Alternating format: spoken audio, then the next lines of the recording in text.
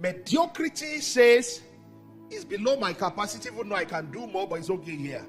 Contentment says I am happy with what I have, but I'll keep pressing on further to achieve more. If I get it, praise God. If I don't get it, praise God. So that's the difference. Mediocrity is laziness. Mediocrity is sponsored by lack of drive, lack of zest. And sincerely, single sister that are trusting God for a life partner, if you see a man who lacks drive, don't go for him. Don't go for a man that lacks drive, because he will not even be driven to pursue God. The man lacks drive, is watching TV, everybody is fasting, he's asking you to boil egg and make bread for him. Not for me, it's a red flag.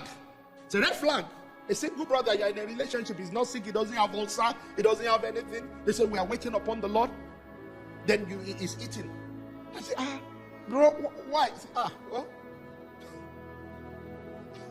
I try, I no fit. 9 a.m. you no fit. You should ask yourself, can this one be a covering for you to put your head under? With the umbrella not tear, this umbrella don't tear.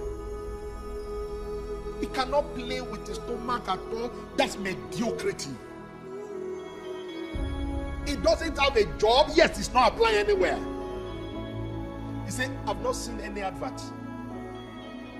So if you see some send, lack of drive, lack of zest, that's not contentment, sir. That is a mediocre.